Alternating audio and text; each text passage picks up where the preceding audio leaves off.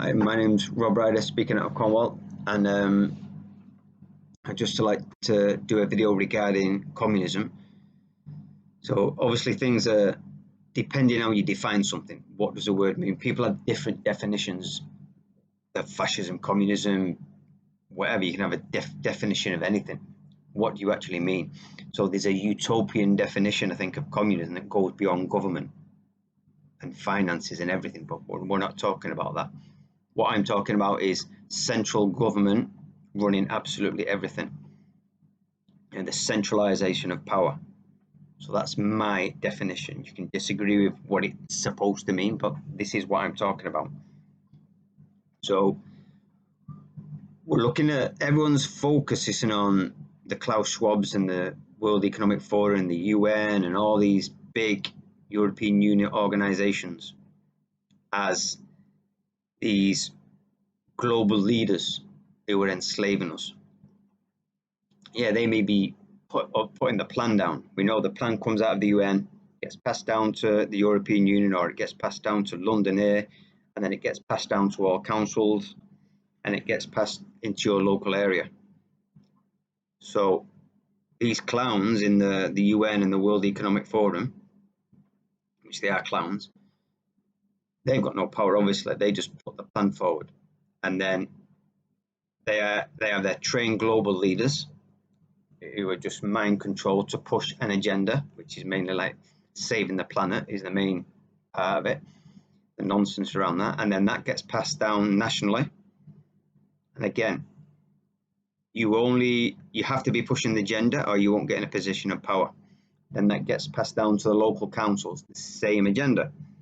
And again, if you're not pushing that agenda, you simply won't get in the position. And then that gets passed down to your local parishes and neighbourhoods.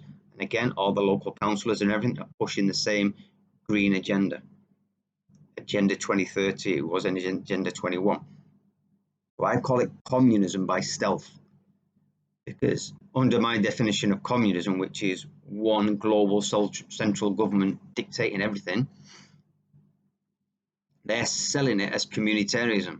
What they're selling, in the recent times, it started with David Cameron and the Big Society, is we're giving you the power back, decentralization, giving the power back to people in the community.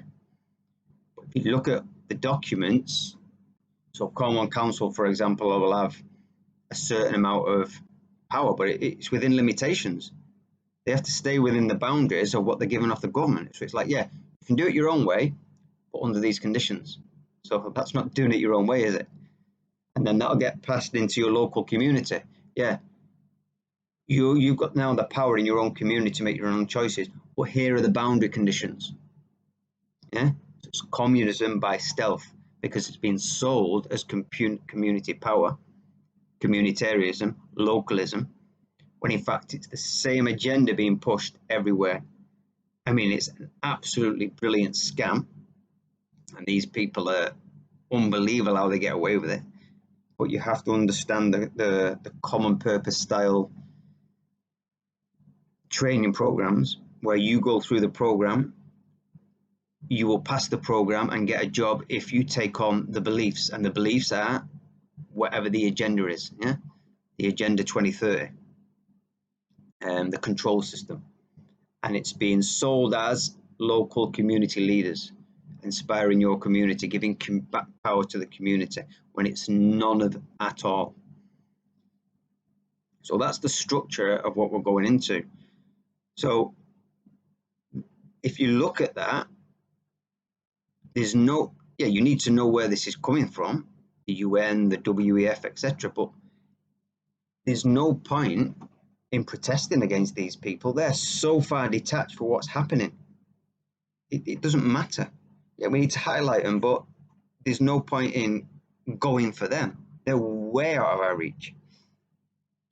The weakness of the communitarian agenda and localism, or communism by stealth, as I call it, is actually the fact that if enough awake people started getting involved in their own communities to turn the narrative, we can do exactly what they're doing, but with a different outcome.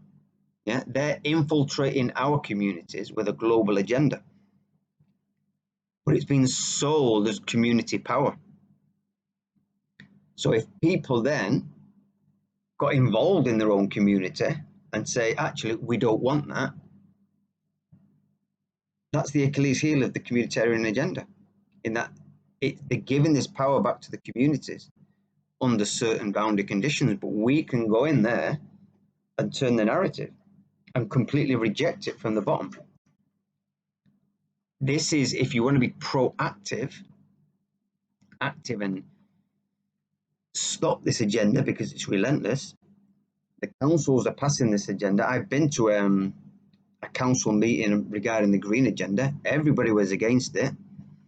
I asked the council leader, is he a public servant or a leader? He didn't really want to answer the question. I asked him, did he know anything about climate science? Didn't know anything. He was found filling in his own comment sheets. And when he was asked, why are you doing that? You're supposed to be in a job position at the moment. He said, well, he's allowed to fill in the sheets. So they go to these meetings. They've already decided what's going to happen and the outcome.